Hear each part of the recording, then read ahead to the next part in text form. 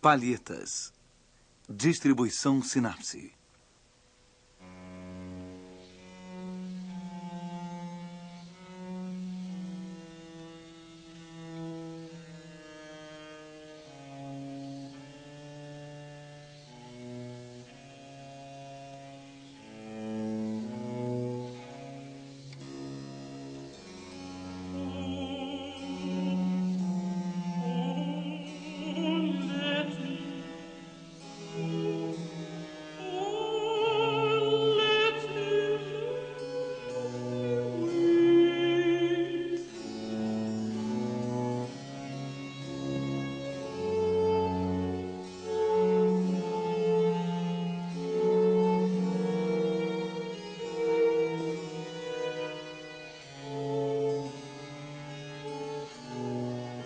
O espelho dos paradoxos.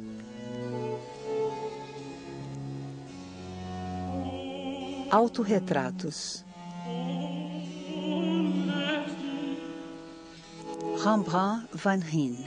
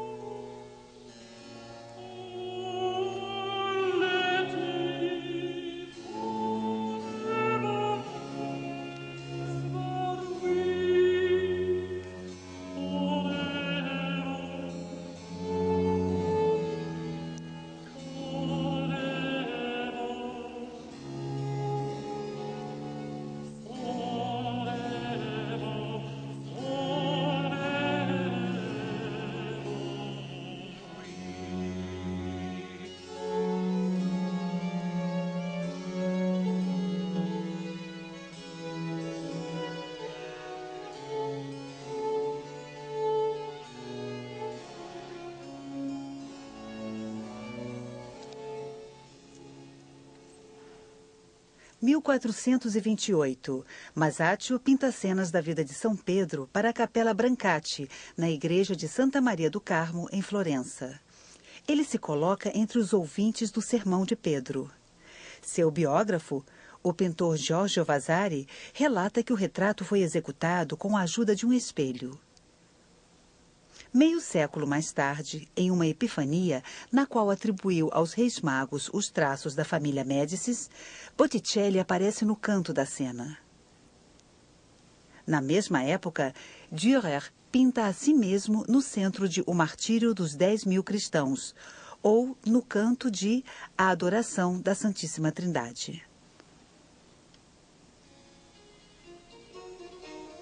Ele também usa a si próprio como tema de seus quadros. Em um século, o anônimo pintor artesão se tornou um personagem que lida com príncipes, que ousa representar a si mesmo como aos nobres e que assina suas obras. No século XVI, o autorretrato tornou-se um gênero à parte. Rafael, Parmigianino, Tiziano, Tintoretto. Para Rembrandt, o autorretrato será uma atividade constante. Desde os 20 anos até a sua morte, aos 63 anos, o pintor desenhou, gravou e pintou seu próprio rosto quase uma centena de vezes.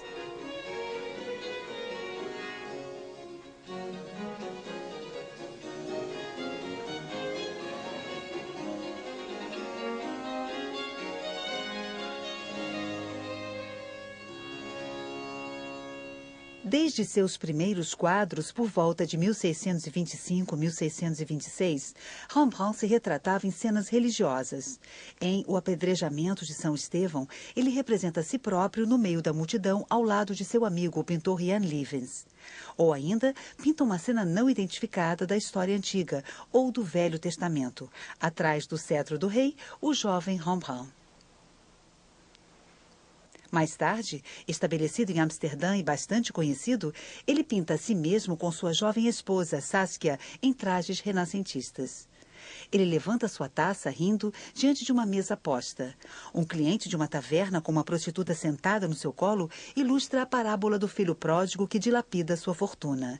É também uma maneira irônica de se proteger das tentações da riqueza. Na mesma época, Rembrandt, inspirando-se em Rubens, o pintor mais famoso da época, pintou a elevação da cruz.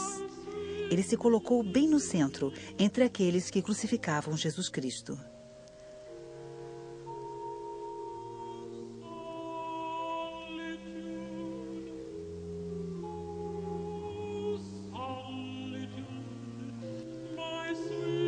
A pintura de Rembrandt cresceu e se desenvolveu em um mundo marcado pelas diferentes religiões.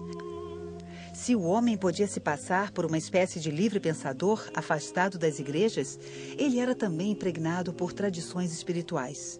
Eremitas, filósofos, sábios, magos, padres, profetas e santos aparecem em seus quadros.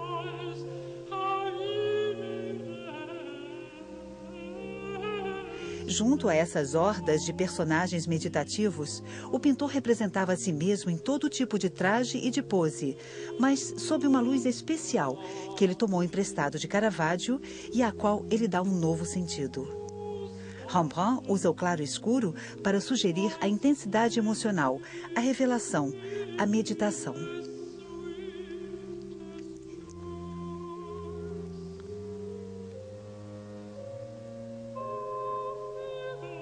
A vaidade, um gênero de pintura muito comum na época, abre um espaço emblemático. Os objetos são dispostos de maneira a criar uma espécie de narrativa moral, uma cadeia de meditação permanente. O autorretrato pode assim ser considerado como o contraponto da vaidade, a imagem daquele que observa a vaidade. O espelho, que aparece frequentemente nas vaidades, é que torna o autorretrato possível.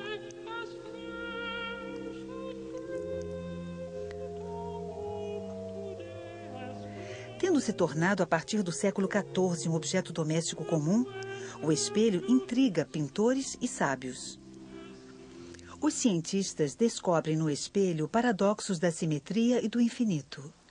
Os pintores, os paradoxos da representação e do olhar refletido.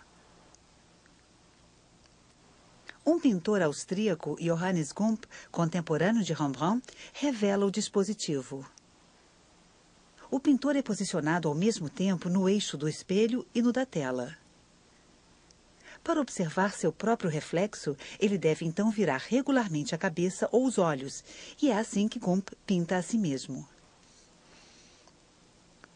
O cachorro e o gato que se ameaçam talvez estejam ali para lembrar que o olhar, aos poucos elaborado pelo pintor, é o produto de um longo combate.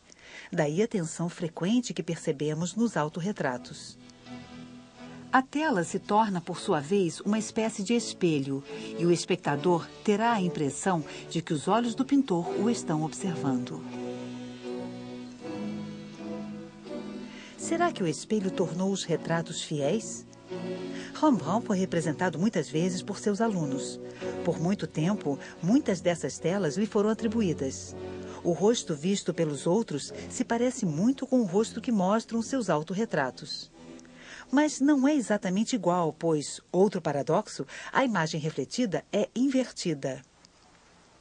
O lado esquerdo, pintado como é na verdade percebido pelo espectador como o lado direito de um rosto que estivesse à sua frente. Como os rostos raramente são simétricos, a imagem do autorretrato é enganadora. Se o pintor se mostra enquanto trabalha, ele tem de enfrentar outra consequência desse paradoxo. Para os destros, a palheta e o tento ficam na mão esquerda, e é a mão direita que maneja o pincel. A imagem no espelho inverte essa relação. Portanto, os pintores clássicos deviam trapacear para transformar sua mão esquerda em mão direita. A radiografia de um autorretrato da National Gallery de Londres mostra que Rembrandt, no início, pintou a si mesmo tal qual ele se via. Mas o pintor preferiu depois apagar os instrumentos para não parecer canhoto. Mais tarde, os pintores não teriam mais nenhum cuidado com a camuflagem.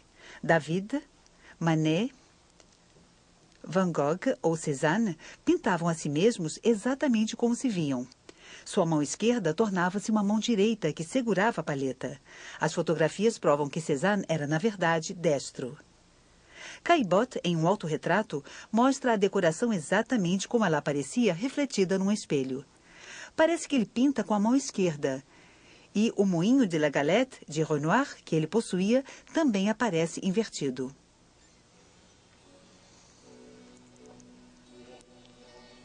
Nos autorretratos de Rembrandt, o rosto virado para o espectador é iluminado do lado esquerdo. Duas exceções: o autorretrato em Washington e o autorretrato em Colônia. Essa técnica de estúdio do pintor que trabalha diante de um objeto iluminado pela esquerda é a mais frequente. O pintor destro pode distribuir suas pinceladas mantendo a luz do lado certo do pincel. Assim, ele sempre vê o que ele fez sem ser incomodado pela sombra da sua mão. E como seu modelo é iluminado pela mesma fonte de luz, há uma relação direta entre as modulações da imagem e os gestos do pintor. Na gravura, o princípio é o mesmo. A densidade dos traços gravados sobre uma placa de cobre indica o sombreamento. Mas como a tiragem da prova sobre papel se faz por contato, o desenho é invertido. A maior parte dos autorretratos gravados de Rembrandt mostra, portanto, uma iluminação que parece vir da direita. O tamanho dos quadros varia muito. 15 centímetros de altura para o retrato de Munique e 1,35 m para o da coleção Frick. Certos retratos foram cortados pelos colecionadores.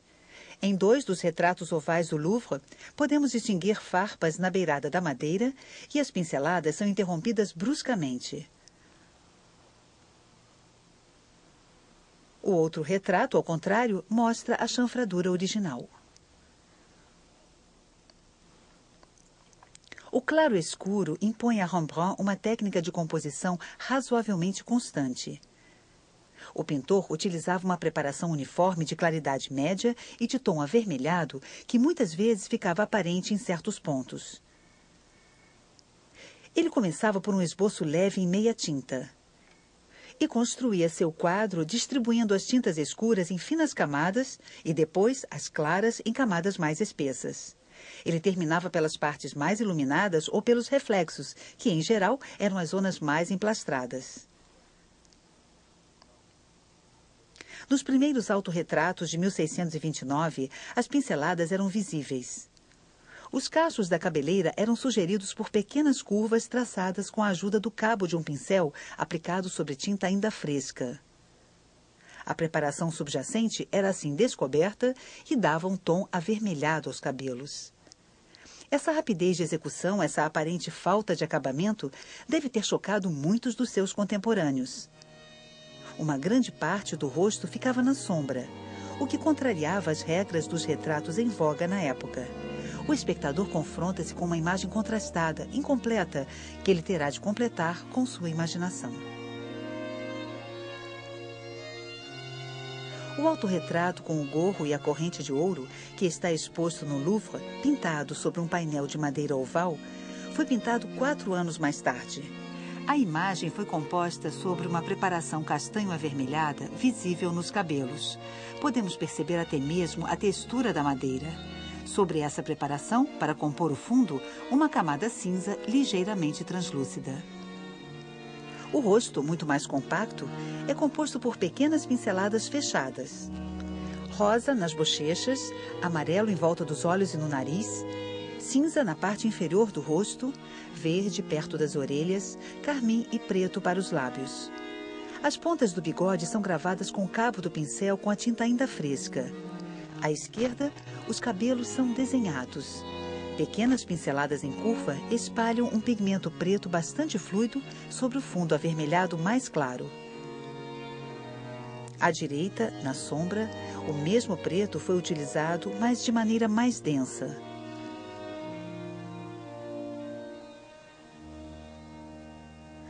A corrente de ouro é cinzelada com a ajuda de arabescos cor de ocre.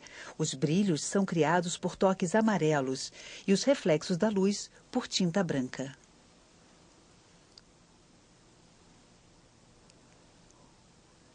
No autorretrato da coleção Frick, datado de 1658, as pinceladas se adaptam às texturas. As cordas do cinto vermelho, as dobras da manga branca, As peles da capa violácea, as pregas da camisa amarela, os reflexos pretos e dourados do brocado, o brilho da bengala prateada. Mais uma vez, pinceladas muito mais finas esculpem o rosto e sugerem rugas, inchaços, rubores, brilhos pálidos. Na época, a moda na Holanda era a representação meticulosa dos materiais e dos tons de pele. Rembrandt deixa grandes porções de tinta bruta ultrapassar os contornos. Empastamento, salpicado, transparências, raspagem. O pintor se interessava até pelo material dos pigmentos que ele esculpia para gerar uma textura alusiva. A semelhança não era mais obtida à custa de paciência, de acabamento, mas graças à rapidez do gesto, no combate com a tinta. Os quadros de Rembrandt mostram a pintura enquanto ela está criando a si mesma.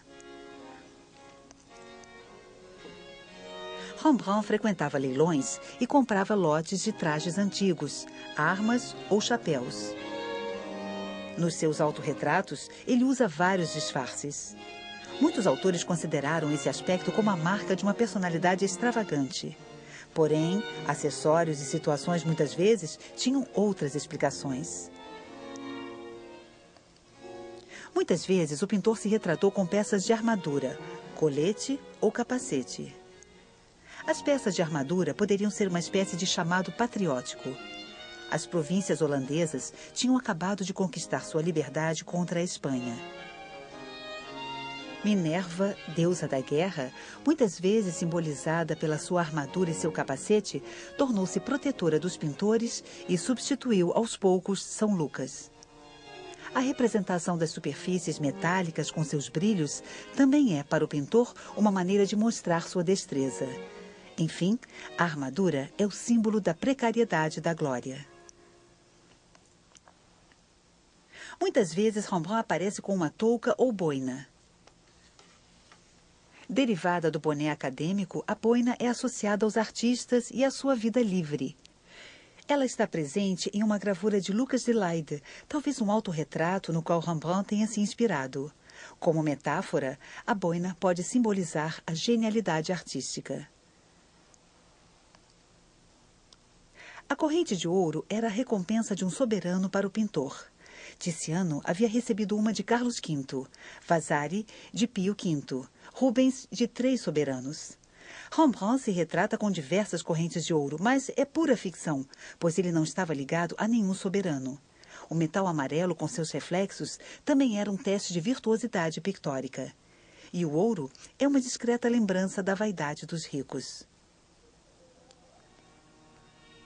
Ao deixar Leyde, tranquila cidade universitária, para ir para Amsterdã, capital cosmopolita, o pintor mudou de status.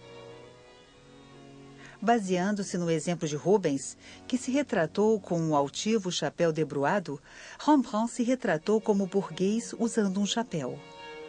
Como haviam feito antes Rafael, Michelangelo ou Tiziano, o pintor assinou pela primeira vez uma obra apenas com seu nome de batismo, Rembrandt.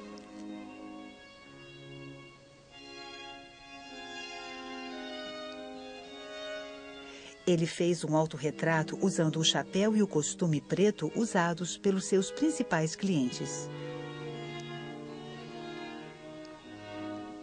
Os contemporâneos de Rembrandt se vestiam sobriamente de preto, mas às vezes gostavam de se disfarçar. Muitos dos autorretratos mostram trajes ricos e coloridos que tinham estado na moda havia mais de um século. Rembrandt viu ser vendido em Amsterdã o retrato de Baltasar Castiglione, pintado por Rafael. Ele chegou até mesmo a fazer um croquis do retrato. Talvez ele tenha visto o retrato de homem de Tiziano. Os dois quadros o inspirariam. Aos 34 anos, ele retratou a si mesmo em um traje renascentista, na mesma posição altiva que os personagens dos grandes pintores italianos. No autorretrato em costume oriental, a pluma, o turbante, a capa, a túnica de cetim e o cinto formam um catálogo de matérias difíceis de serem representadas na pintura. A pelagem do cão, pintada mais tarde, cria um contraponto irônico a essas texturas. O personagem talvez derive do Rei Mago de um quadro de Rubens.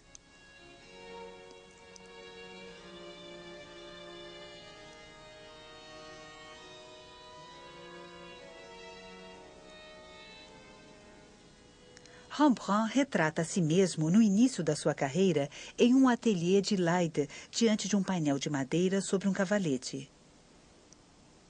Ele só voltaria a fazer outros autorretratos como artista 26 anos mais tarde. De fato, a partir de 1652, nos autorretratos pintados, um de seus trajes mais frequentes era uma espécie de blusa com o colarinho aberto e com a cintura presa por um cinto. Era o seu traje de trabalho, que aparece em uma série de gravuras que mostram Rembrandt perto de uma janela enquanto desenha. Os pintores da sua época representavam-se muito bem vestidos. Rembrandt retrata a si mesmo no trabalho sem afetação. Ele aparece desarrumado usando estranhos turbantes disformes.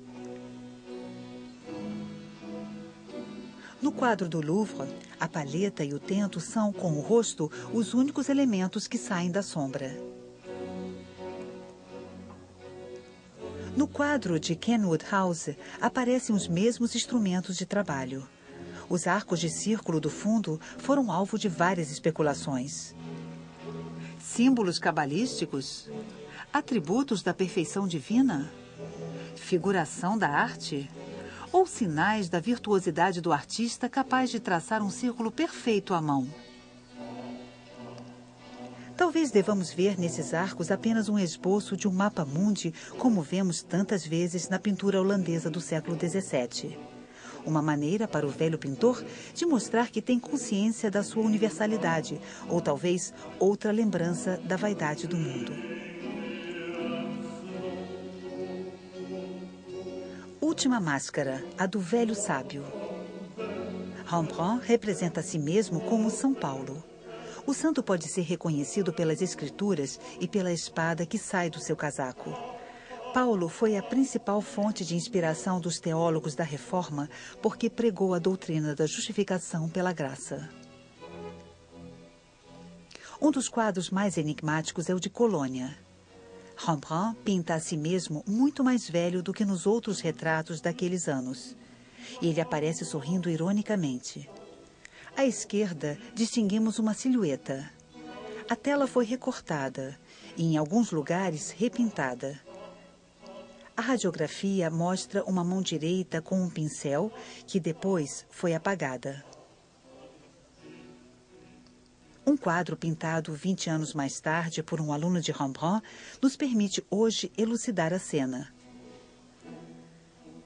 Talvez um episódio da vida lendária de um artista da antiguidade, Zeuxis. Ao pintar uma mulher com ar cômico, o artista riu tanto que acabou morrendo.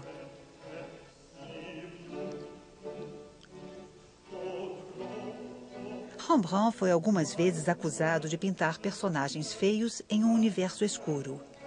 Pintar a si mesmo muito mais velho e fazendo uma careta pode ter sido uma maneira de defender a sua originalidade. E a alegoria era clara. Diante da velhice e da morte, todos os pintores são iguais. A contemplação do próprio rosto representa para Rembrandt a meditação sobre os simulacros e sobre a vaidade da carne. Quando jovem, ele começou a testar em si mesmo a expressão das emoções. A sucessão dos autorretratos representa a história do rosto. Cabelos grossos e crespos, nariz grande, rosto maciço, boca muitas vezes entreaberta como se o homem tivesse dificuldade para respirar. Rembrandt sabe que é desprovido de graça. Ele observa os estragos do tempo, da adolescência desgrenhada à maturidade triunfante e da maturidade à decrepitude da velhice. O trabalho, as vigílias de estudo, as preocupações financeiras, os lutos familiares desenham bolsas sob os olhos, marcam as rugas, burilam o rosto. Essas metáforas da linguagem diária provêm do vocabulário da arte. O tempo trabalha como um artista sobre os rostos humanos. A sucessão dos autorretratos é rigorosa como uma aula de anatomia. Em seus autorretratos pintados, Rembrandt muitas vezes está com os olhos na sombra, sinal, na época, de um espírito perturbado e pensativo. O rosto impassível traduz a introspecção, a dúvida, a solidão, a observação lúcida e desabusada.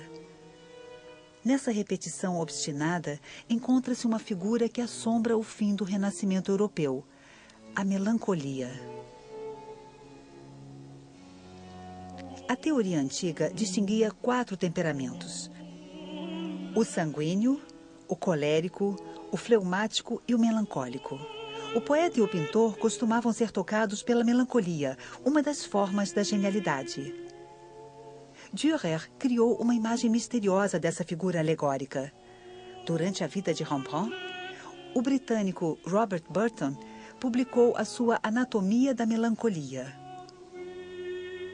O Hamlet de Shakespeare, as Madalenas de Georges de Latour, o Aristóteles pintado por Rembrandt também são imagens da melancolia.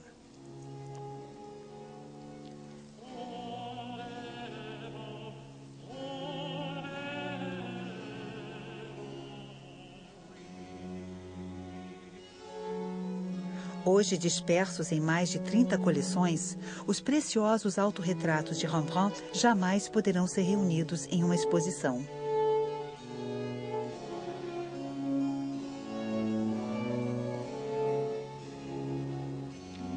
A reconstrução artificial das imagens nos permite recriar um museu imaginário e reatar o fio da narrativa de Rembrandt. Porque esses quadros também são uma narrativa. Cada retrato ecoa os outros quadros que estão criando a si mesmos. E será que nesses outros quadros não encontramos às vezes o olho do pintor discretamente dissimulado em meio ao movimento da imagem?